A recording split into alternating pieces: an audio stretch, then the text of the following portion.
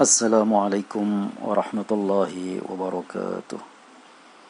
Bismillah, alhamdulillah, wassalatu wassalamu ala rasulillah, Sayyidina Muhammad ibn Abdillah, wa ala alihi wa sahbihi wa mawalah, wa la hawla wa la quwwata illa billah. Subhanaka la ilma lana illa ma 'allamtana, innaka antal alimul hakim. Saudara-saudaraku yang dirahmati oleh Allah Subhanahu wa ta'ala, syukur alhamdulillah pada hari ini kita telah menjalani hari yang ke-12 dari ibadah Ramadan kita. Mudah-mudahan ibadah Ramadan kita diterima oleh Allah Subhanahu wa ta'ala. Saudara-saudaraku sekalian yang dimuliakan oleh Allah Subhanahu wa ta'ala, marilah kita lanjutkan kajian kita kitab Nasaikhul Ibad. Untuk kesempatan kali ini kita lanjutkan makalah yang ke-15. Qala al-musannif rahimahullah, nafa'ana bihi wa bi'ulumihi fid dharain amin. Wal maqalatul khamisata asyarata an Abi Bakr as-Siddiq radhiyallahu anhu. Makalah yang ke-15 adalah makalah yang dinukil dari sahabat Abu Bakar As-Siddiq radhiyallahu an. Fi qawlihi ta'ala dhaharul fasadu fil barri wal bahri, yaitu kaitannya dengan firman Allah Subhanahu wa ta'ala, telah nampak kerusakan di daratan dan di lautan.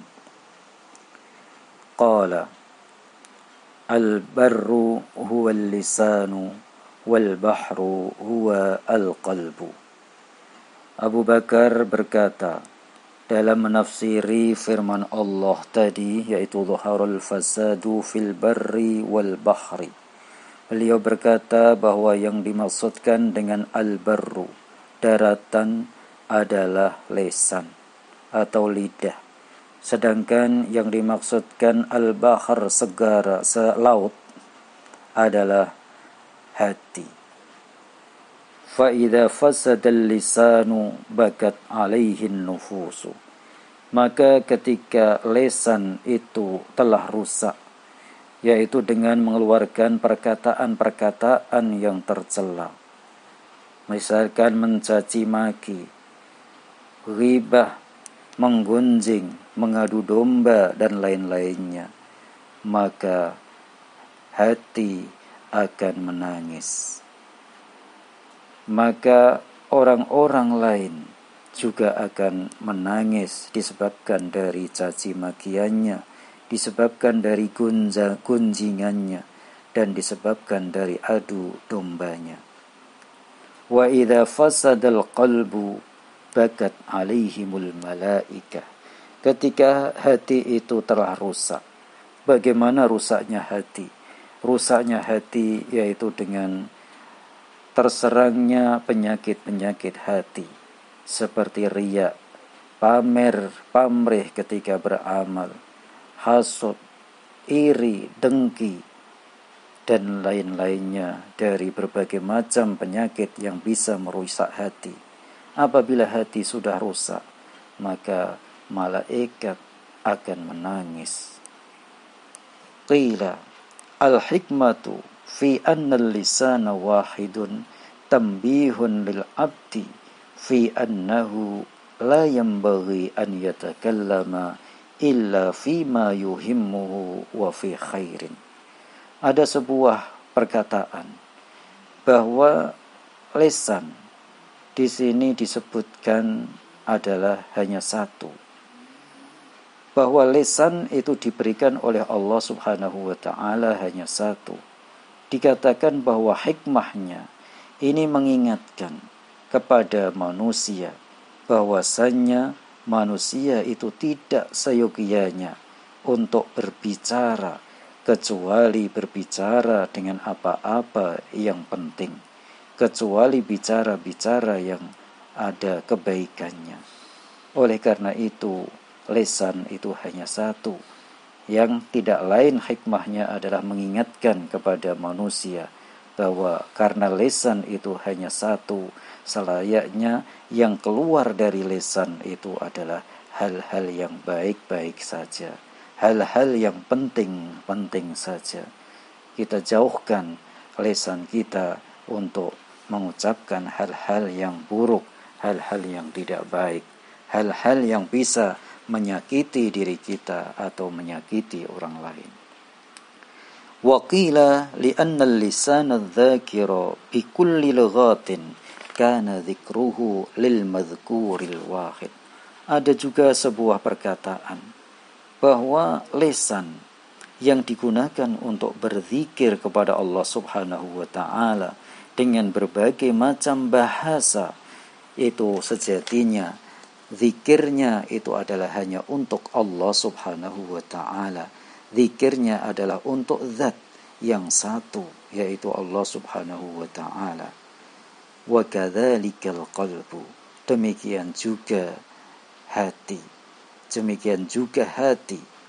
Bi khilafi nahwil aini wal udhuni fa innahu yata'addadu. Jadi lisan itu diberikan oleh Allah kepada manusia hanya satu.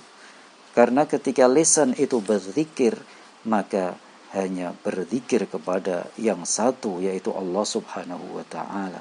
Demikian juga hati. Allah berikan hati itu juga hanya satu, agar hati itu digunakan untuk semata-mata ikhlas, tulus karena Allah Subhanahu wa ta'ala. Berbeda dengan mata yang diberikan oleh Allah kepada kita, telinga yang diberikan oleh Allah kepada kita. Sesungguhnya mata dan telinga itu ada dua yang fungsinya untuk mendengarkan, yang fungsinya untuk melihat. Ada sebuah perkataan bahwa yang dibutuhkan untuk mendengar, yang dibutuhkan untuk melihat, itu lebih banyak daripada yang dibutuhkan untuk berbicara. Artinya kita harus lebih banyak mendengar, kita harus lebih banyak melihat. Tapi untuk berbicara itu kita harus satu. Untuk berbicara itu harus kita gunakan untuk pembicaraan yang baik. Sehingga kebutuhan untuk mendengarkan, kebutuhan untuk melihat itu lebih banyak daripada kebutuhan kita untuk berbicara. Jadi Allah Subhanahu wa ta'ala menciptakan dua telinga untuk kita, dua mata untuk kita.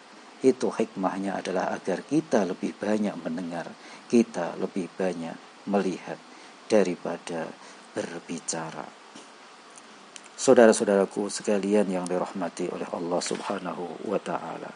Oleh karenanya, pesan-pesan yang disampaikan oleh sahabat Abu Bakar ini, kita hendaknya bisa senantiasa menjaga lisan kita. Karena ketika lisan kita rusak, maka semua orang akan menangis dikarenakan lisan kita. Hati kita juga akan menjerit, hati kita juga akan menangis karena rusaknya lisan kita.